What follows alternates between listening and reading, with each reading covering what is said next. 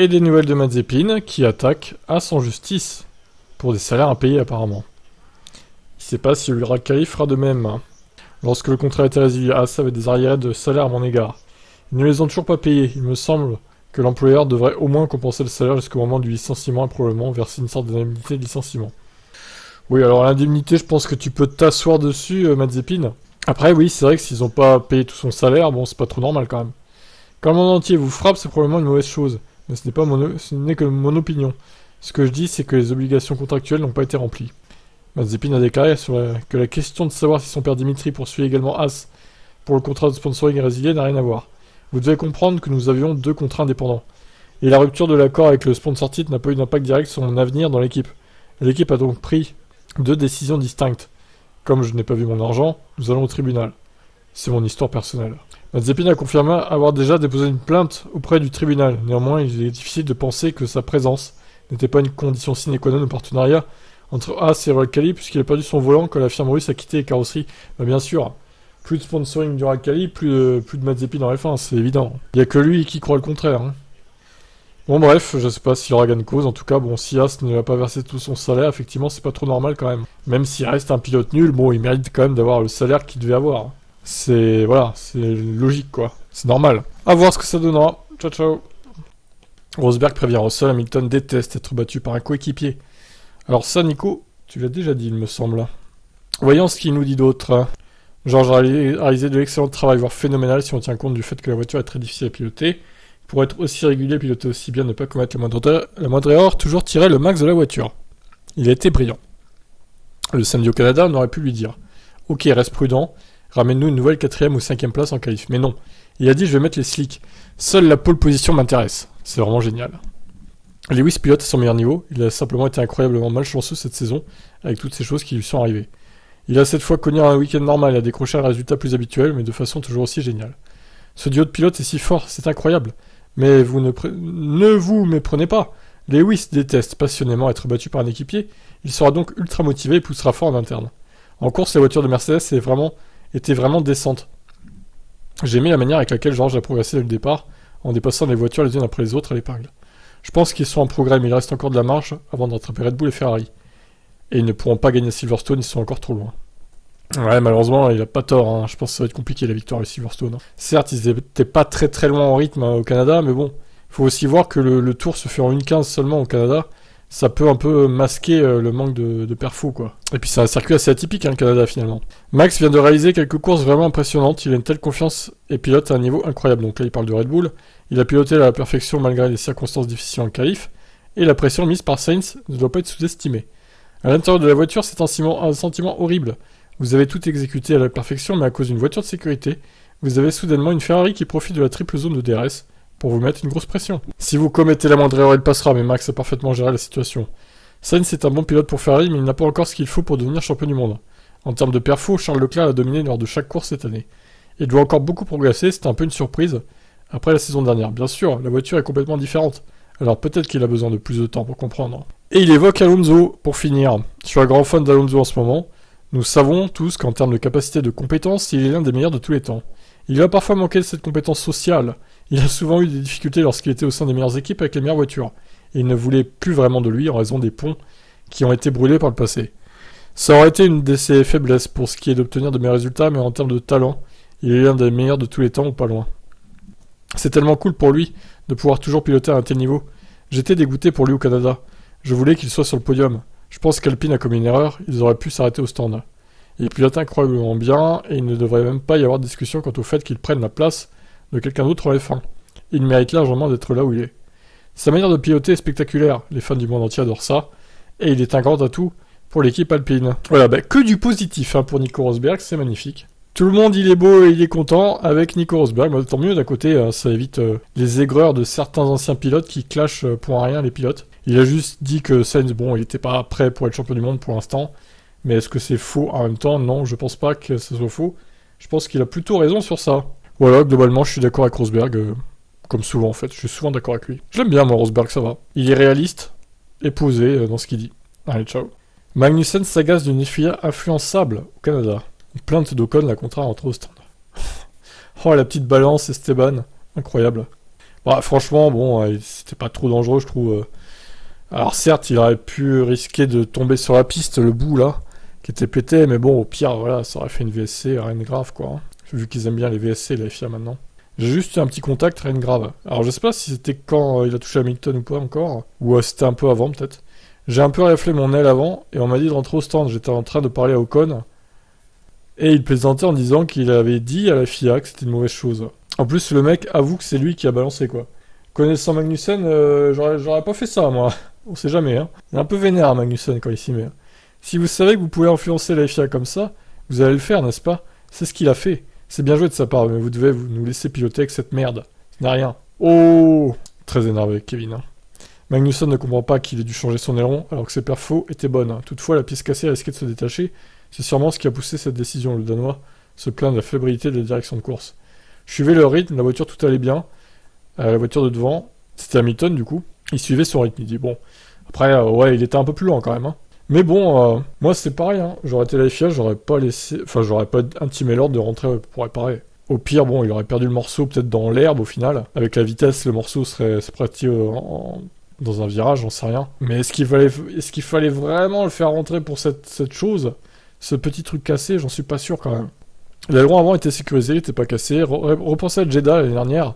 Hamilton a gagné la course avec une moitié d'aileron avant. Et je pense que c'est une bonne chose. J'ai l'impression que tout à coup, c'est très différent. À Monaco, ils ne nous ont pas fait démarrer parce qu'il y avait de la pluie. Ici, je suis appelé parce que j'ai une égratignure sur mon aileron avant.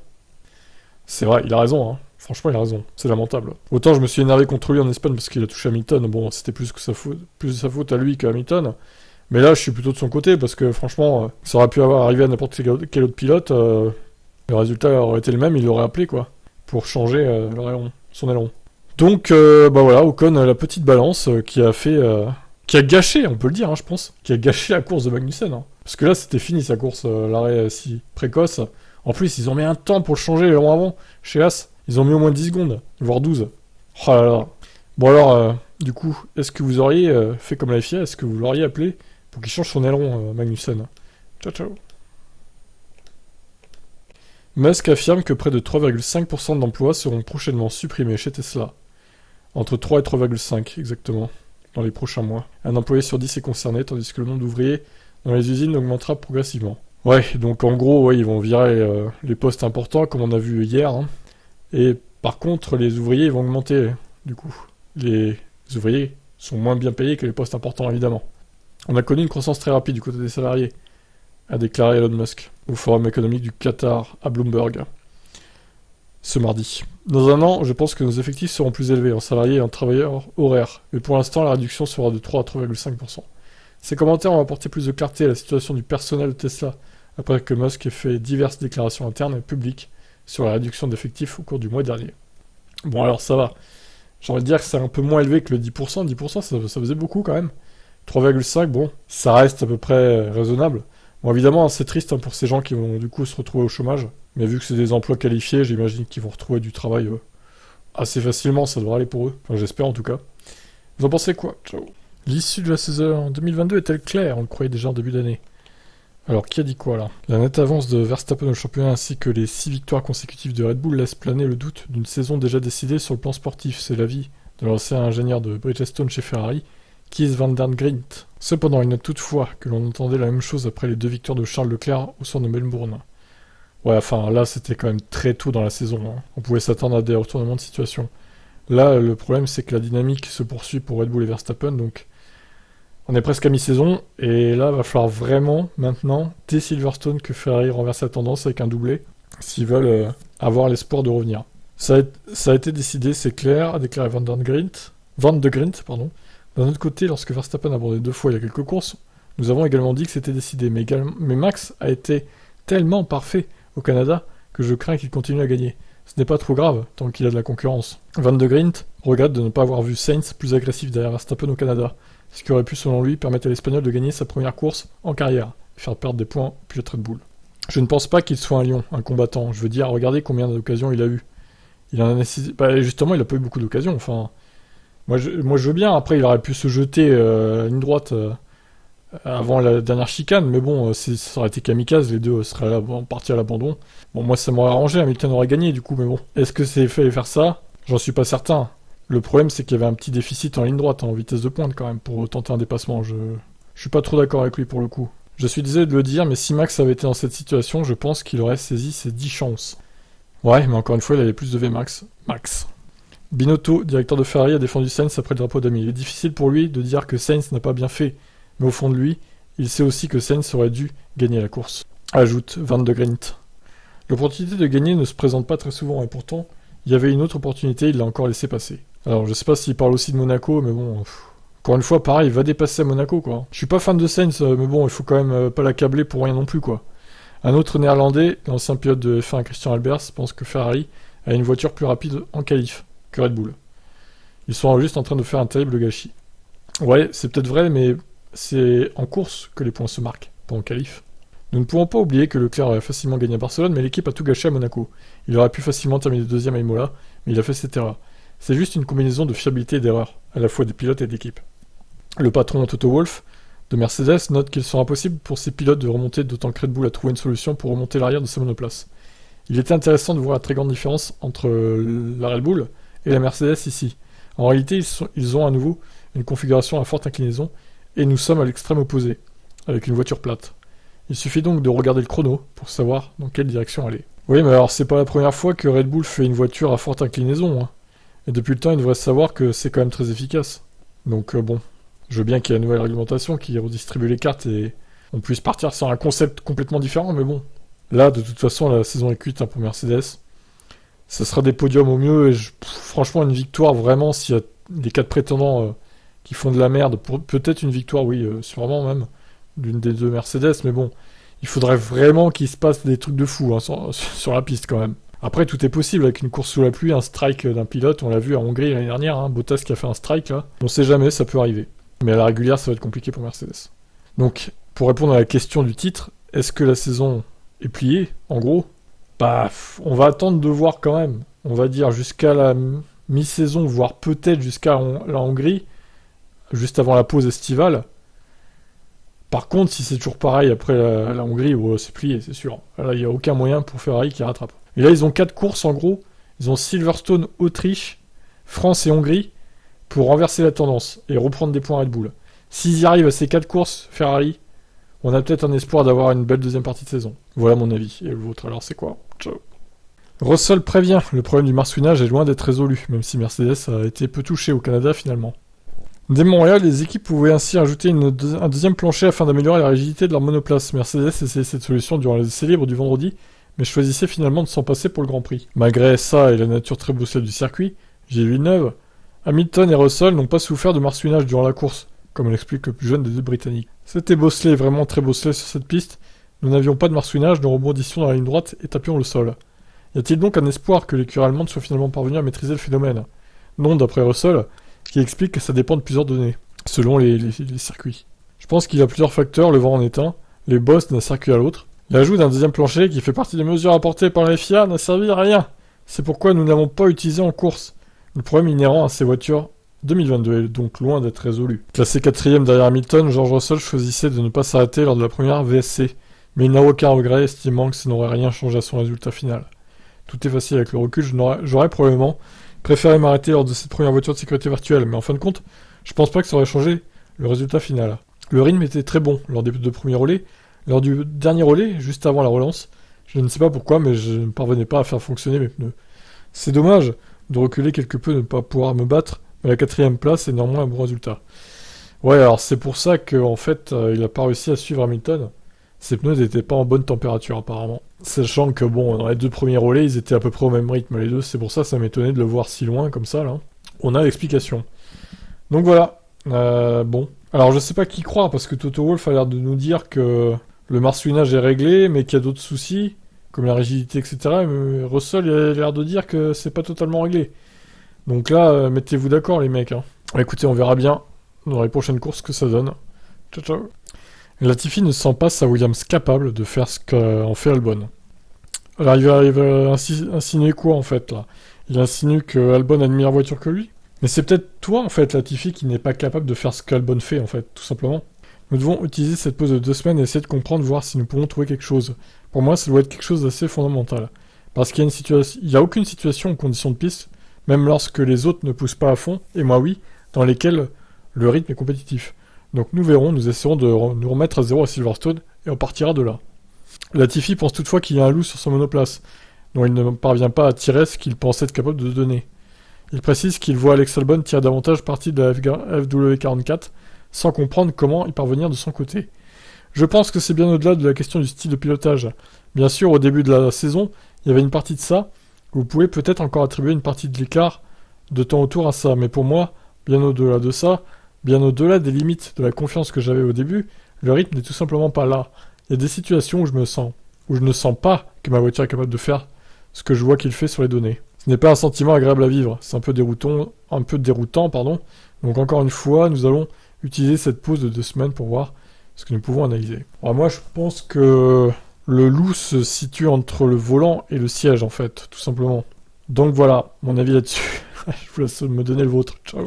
Alors, des chiens renifleurs ont du coup inspecté le garage Red Bull à la suite de la victoire de Verstappen. Donc la police est arrivée avec des chiens renifleurs quand même. Hein. Ils ont senti qu'il y avait un truc pas normal. What the fuck, c'est quoi cette histoire? Une nouvelle vidéo qui fait le tour montre Ted Kravitz rapportant un incident de chien renifleur. Apparemment, le chien renifleur et un policier en patrouille ont interdit au camp Red Bull d'entrer dans leur garage après le podium. Après ça, Kravitz a admis.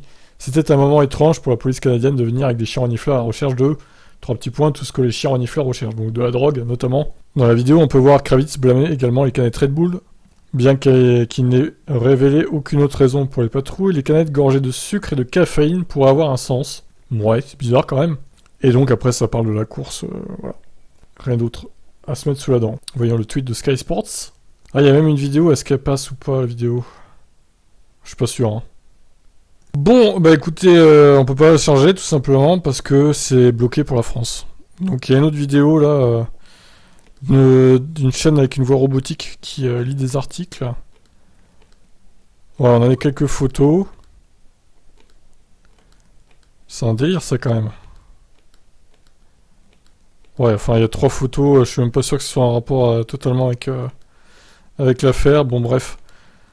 Chelou cette histoire en tout cas. Peut-être de la drogue dans le clan Red Bull. Il faut disqualifier cette équipe du championnat. C'est inacceptable. Ouais, je vous laisse réagir. Ciao. Alors, apparemment, Sauber et Audi, ça serait fait. Donc, au final, Audi ne va pas racheter Williams. Ça, c'est un peu ballot quand même. Selon un patron d'équipe qui s'est exprimé au Blick de manière anonyme, Sauber et Audi cachent le fait qu'ils formeront une équipe d'usine à partir de 2026. Red Bull est vivement pressenti pour être propulsé par des moteurs Porsche. Il devrait y avoir une annonce officielle à domicile le 10 juillet en Autriche. Quant à Audi, plusieurs équipes étaient liées au constructeur allemand qui souhaitait bien plus qu'un simple rôle de motoriste. Je ne comprends pas pourquoi Sauber et Audi cachent encore leur collaboration à confier ce patron d'équipe. Audi a acheté 25% des actions il y a quelques temps et 50% supplémentaires sont à venir. C'est une très grosse somme d'argent qui a été investie. Sauber, qui court actuellement pour Alfa Romeo, ne le confirme pas. Pour moi, Williams est le favori, lance Frédéric Vasseur, ils ont de très bonnes relations avec Volkswagen et l'Allemagne. Un pilote allemand sera aussi dans le collimateur d'Audi. Vettel. Réfléchissons-y. J'aurais quel âge? C'est ça? Je ne sais pas, c'est la réponse car c'est loin. Je regarde déjà beaucoup cette année, puis l'année prochaine plutôt que 2026. Non mais Vettel, il va pas rester jusqu'en 2026. On sait même pas déjà s'il va rester en F1 après cette année. Alors là, hors de question qu'il reste jusque-là en 2026. Hein. Il aurait 4 ans de plus. Il aurait donc 38 ans. Ouais, il est pas si vieux, hein, Vettel en vrai. 34 seulement. Mais bon, ouais, quand même, je doute qu'il reste jusque-là. Hein. Vu comme il est préoccupé par le climat, ça serait bien hypocrite de sa part de rester jusqu'en 2026 encore. Hein.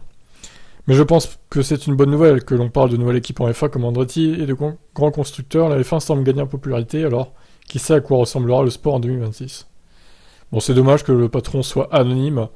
C'est à se demander si le Blick n'a pas inventé cette interview en disant que c'était un patron anonyme, mais ils ont juste inventé tout le texte en fait. Je ne sais pas. On peut pas trop s'y fier, je pense, à ce genre d'article pseudo exclusif. Je sais pas trop quoi penser. Bon, on verra bien, écoutez, si Sauber et Audi forment un partenariat. J'aurais plus vu Audi avec Williams, mais bon, ça n'a pas l'air d'être le cas selon les dernières rumeurs. Ciao, ciao. Alors, la Belgique, toujours menacée de disparaître du calendrier de la F1 ou alors en alternance avec un autre pays. Quel scandale quand même, quel scandale. Il est tellement bien ce circuit. À Montréal, le week-end dernier, les chefs d'équipe ont entendu de la part du PDG de la F1, Dominique Haick, que le calendrier pourra encore augmenter pour atteindre 24 courses. Ce n'est pas une grande différence entre 24, 23 ou 22, a déclaré Frédéric Vasseur. Cependant, 16 de ces 24 courses seraient réservées au Grand Prix en dehors de l'Europe, car la Formule 1 exploite de nouveaux marchés aux US et même bientôt en Afrique du Sud. Cependant, le Grand Prix de Belgique pourrait manquer dans la liste, car les promoteurs n'ont pas encore convenu d'un nouvel accord avec la F1, malgré des investissements très importants sur le circuit de Spa et ses infrastructures. Ouais, ils ont même construit une tribune au Raidillon quand même. De quoi elle servirait 1 an cette tribune. C'est nul, enfin je veux dire. Le patron d'AlphaTauri, Franz Tost, n'a cependant pas le temps pour la sentimentalité. Mais en même temps, lui c'est un connard, Tost aussi. Il est pas mieux que Horner et Marco. C'est très facile. Pas d'argent, pas de Grand Prix. S'ils ont de l'argent, on y va. S'ils n'ont pas d'argent, on n'y va pas. Mais super. Quelle belle mentalité, franchement. La première ébauche publiée du calendrier n'est pas attendue avant la fin de l'été, mais les plans deviennent lentement plus clairs et il ne semble pas bon pour Spa-Francorchamps qui pourrait sauver sa place uniquement grâce à une alternance avec la France. Sur les 8 places au calendrier pour les circuits européens, Silverstone, Budapest, l'Espagne, Imola, Zandvoort et Monza ont tous des contrats pour 2023.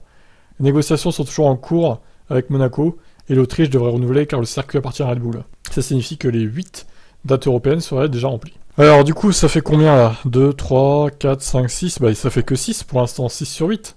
Donc l'Autriche, ouais, ça fait 7. Et oui, il y a Monaco aussi, ouais, exact. Donc, putain, ouais, fait chier. En même temps, est-ce qu'on a vraiment besoin de Budapest Budapest, on se fait un peu chier, globalement. En plus, c'est une fournaise à chaque fois. Alors, des fois, il pleut, donc c'est pas mal, mais en général, Budapest, quand même, c'est pas ouf, les courses. L'Espagne, j'en parle même pas, mais bon, il y a 2 pilotes espagnols, il y a Alonso et Sainz. Donc, évidemment, ils vont pas se priver du Grand Prix d'Espagne. Pareil pour Zandvoort, avec la marée orange de Max. Même si les circuits, les courses sont pas géniales. Bon, après, il y en a eu qu'une seule. On va attendre de voir celle de cette année, peut-être qu'elle sera mieux, mais... Monza, c'est un classique, faut pas y toucher. Silverstone aussi.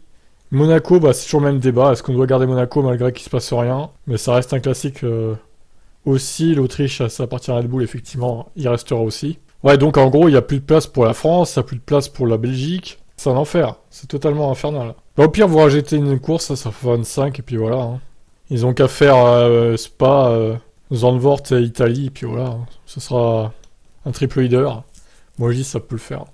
Mais bon, c'est pas moi qui décide. Si c'était moi qui décidais, je le garderais pas, clairement. Pour moi, c'est un classique, faut pas y toucher. Ce circuit, il est tellement magnifique. Il y a du spectacle en général, en plus. Il y a souvent de la pluie et tout. Bon, en 2021, j'avoue, pire course au Grand Prix de Belgique, mais bon. C'est heureusement pas toutes les années comme ça.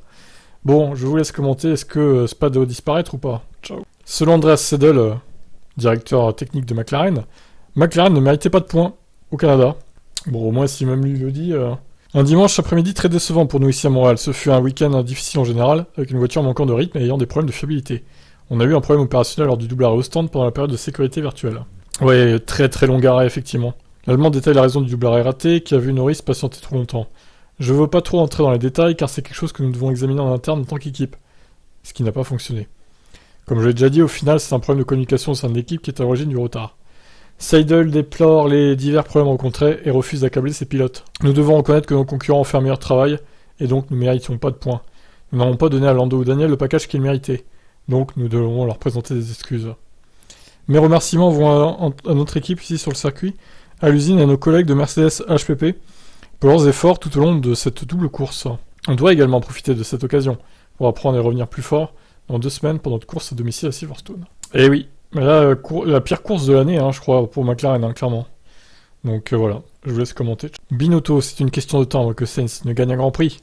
Ah, il n'est pas passé loin, c'est vrai, Ça manquait un petit quelque chose pour dépasser Verstappen, notamment en vitesse de pointe. Mais là, il n'a jamais été aussi proche de sa victoire, c'est sûr. Binotto, convaincu que sans le handicap du départ de Leclerc, évidemment, il partait dernier, c'est un peu handicapant, effectivement, il aurait pu se battre pour la victoire. Bah oui, mais si vous faisiez une voiture fiable, en fait, c'est ça le problème Ferrari. Je pense que nous avons eu un bon rythme en course, on était dans la lutte, et je pense que lorsque vous êtes si proche, c'est parce que vous êtes rapide. Merci. Le dirigeant italien salue la compétitivité de Sainz, qui devra donc attendre un peu avant d'inscrire son nom au palmarès des vainqueurs de Grand Prix. Mais il salue les progrès d'Espagnols tout au long du week-end, et assure que le premier succès de Sainz arrivera très rapidement. Si vous regardez la simulation de course du vendredi, Carlos était déjà très fort. Je pense que nous étions très proches des Red Bull, donc nous savions que nous pouvions nous battre. Je pense que Carlos a réalisé une belle course et montré un bon rythme. Il gagne en confiance à bord de la voiture, il va de plus en plus vite. C'est donc une question de temps, il arrivera très bientôt. C'est bon de voir qu'ici, il était certainement aussi rapide, sinon légèrement plus rapide que Max. Oui, mais encore une fois, c'est bien beau d'être un peu plus rapide que Max. C'est con que Max gagne, du coup, même en étant plus rapide. Ça prouve qu'il y a un petit problème, quand même. Ah là là, sacré Binotto, je vous jure. Bon, je vous laisse réagir, ciao. Alonso n'aurait pas dû être pénalisé selon Sofnauer. Non mais il a vraiment dit ça là? Est-ce qu'il a vu le replay là? Parce que quand même, le mec a zigzagué devant Bottas pour le bloquer et l'empêcher de passer. Alors je suis désolé, ça mérite une peine. Les 5 secondes étaient méritées, la vidéo est sur Team Motorsport si vous voulez la voir. Je vous mets le lien dans la description. C'est la deuxième fois cette saison qu'Alonso perd des points après la course à cause d'une pénalité à Miami. Il perdait sa 9ème place et les 2 points qui vont avec suite à un accrochage avec Gasly après avoir coupé la trajectoire. L'Espagnol a en tout cas reçu le soutien de son patron, Otmar Szafnauer, qui estime qu'il n'y aurait pas dû y avoir pénalité à Montréal. Est-ce que c'est mérité? Non, a-t-il déclaré. Avant d'ajouter que s'il n'était pas frustré par cette décision des commissaires, il était toujours mieux de ne pas recevoir de cette pénalité et finir plus haut. Bah, il est pas frustré parce qu'il se dit bien qu'il l'a mérité en fait. Le dirigeant roumano-américain a par ailleurs regretté le problème moteur qui a perturbé la course de l'Espagnol. Nous ne savons pas encore de quoi il s'agit, on dirait qu'il y a une fuite quelque part, mais où je ne sais pas. Ça s'est manifesté par la hausse des températures, il fallait donc les gérer. On était limité dans la ligne droite. En fin de course, Alonso estimait qu'Alpine aurait dû inverser les positions entre Esteban Ocon et lui-même, étant donné qu'il avait été plus rapide tout le week-end. Mais Szafnauer explique pourquoi ça n'a pas été fait. On était 6ème et 7ème alors, que nous devrions faire? Les laisser se battre ou inverser à nouveau les positions? Je suis toujours en faveur de les laisser se battre, mais vous devez vous rappeler que Fernando souffrait d'un problème moteur. Il y avait une fuite qui réduisait sa vitesse de pointe. Esteban l'a gracieusement attendu, afin qu'il puisse profiter du DRS, ce qui était la bonne chose à faire pour le protéger de Bottas. Bon, au final, les 2 alphas sont quand même passés, donc ça a servi à rien. Il termine à la place qu'il aurait dû terminer, j'ai envie de dire. Voilà, vous en pensez quoi? Ciao. Mercedes a supprimé le marsouinage, mais a d'autres problèmes. Wolff parle de la suspension et de la hauteur de la voiture. Je pense que d'une certaine manière, nous avons disséqué ce que nous définissons comme du marsouinage ou des rebonds. La vérité est que le marsouinage, qui est le mouvement aérodynamique de la voiture, est résolu. Je pense que nous l'avons maîtrisé vers Barcelone. C'est plutôt le pilotage des voitures qui est à l'origine des commentaires des pilotes. Les voitures sont tout simplement trop rigides. La maniabilité sur les vibreurs est mauvaise. La conduite sur les bosses est mauvaise. Je dirais que maintenant, en disséquant ce problème, on peut mieux l'aborder. C'est ainsi la rigidité de la monoplace qui pose problème, selon Wolff, notamment sur les pistes bossées et les vibreurs. La monoplace qui roule très près du sol supporte mal les asphaltes n'étant pas lisses. Ce que nous voyons dans les voitures, c'est simplement la rigidité. Vous regardez certains des mouvements lents des 2 voitures, de tête et des Alpines, vous voyez qu'elles rebondissent sur le bord du trottoir de manière très dure. C'est ce dont les pilotes se sont plaints, la rigidité de la voiture. C'est un point sur lequel nous devons nous pencher. Comment réduire l'impact? Et bien sûr, plus la piste est lisse, mieux c'est. Plus les bordures sont basses, moins on voit ce phénomène. Mais l'Autrichien reconnaît aussi que Mercedes devra trouver le moyen de faire fonctionner sa monoplace avec une garde au sol plus haute. Il note que les autres équipes parviennent à rehausser leur F1 sans perdre en perfo. C'est que ce que son team ne parvient pas à faire. Je pense que nous devons simplement mettre plus d'appui sur la voiture et également le faire avec une voiture qui n'est pas aussi basse sur le sol que prévu. C'est une direction claire, vous pouvez voir, les voitures allaient plus haut. C'est là qu'on doit trouver de la perfo. Bon ben voilà, il va falloir travailler chez Mercedes comme d'habitude, en espérant que le Grand Prix à domicile pour leurs 2 pilotes se passe bien dans un peu moins de 2 semaines. Ciao. Horner, la FIA est pro-Mercedes sur le marsouinage. Pro-Mercedes carrément quoi. Il a critiqué le timing de la FIA pour prendre cette décision, en effet quelque peu tardif. Le patron accuse la FIA d'avoir eu clairement habillé en faveur d'une certaine équipe, à savoir Mercedes. Oui, mais alors il faut comprendre que en fait ça va pas avantager Mercedes, ce qu'ils ont pris comme mesure. Donc bon, est-ce qu'on peut dire qu'ils sont pro-Mercedes du coup? Il y a un processus pour que ces choses soient introduites. Je pense que c'est ce qui était particulièrement décevant, c'était la 2e directive, elle est tombée jeudi. Ce genre de choses doit être discuté dans un forum technique, et ce qui a été décidé est ouvertement biaisé pour résoudre les problèmes d'une équipe, qui est la seule qui s'est présentée avec ce projet, même avant la directive. Alors il faut travailler sur ce point. Donc il avait déjà proposé de bannir, disqualifier les voitures qui rebondissent trop, et il réitère aujourd'hui, si la Mercedes rebondit, tant pis pour Hamilton et Russell, en quelque sorte. C'est la faute de leur équipe, qui n'a pas développé une assez bonne F1. Mais pas de Red Bull, ou du nouveau règlement aérodynamique. Le problème avec Mercedes est plus grave, ou l'a certainement été avant le Canada, que celui de toute autre voiture. C'est sûrement la faute de l'équipe. C'est à elle de s'en occuper si ça n'affecte pas les autres. Je sais qu'il a été dit que d'autres pilotes se sont plaints. Nos pilotes ne se sont jamais plaints du marsouinage. Ils ont dit que certains circuits auraient besoin d'être surfacés par endroits. Mais nous n'avons jamais eu de problème de rebondissement. Le problème est que leur voiture est si rigide. Je pense que c'est leur concept qui pose problème plutôt que le règlement. Que faut-il faire alors? Il répond, attendre. Vous avez certains des ingénieurs les plus brillants du monde, et les choses vont converger. Je doute que nous soyons encore assis ici l'année prochaine, à parler du rebondissement même si le règlement reste inchangé. Ces voitures sont encore relativement nouvelles, à mesure que les équipes ajoutent des développements à leurs voitures. Vous les verrez probablement commencer à régler certains de leurs problèmes. Et vous ne pouvez pas changer soudainement les règlements techniques au milieu d'une saison. Si une voiture est dangereuse, une équipe ne devrait pas l'utiliser. Elle a ce choix. Ou la FIA, si elle estime qu'une voiture individuelle est dangereuse, elle a toujours un drapeau noir à sa disposition. Ok, Bon, donc on doit attendre, voilà. En tout cas, voilà, quand il dit que la FIA est pro-Mercedes, moi ça me fait bien rigoler. Sachant que les mesures prises n'ont pas forcément du tout avantagé Mercedes, même le contraire. Bon, c'est du Horner, hein. Vous en pensez quoi?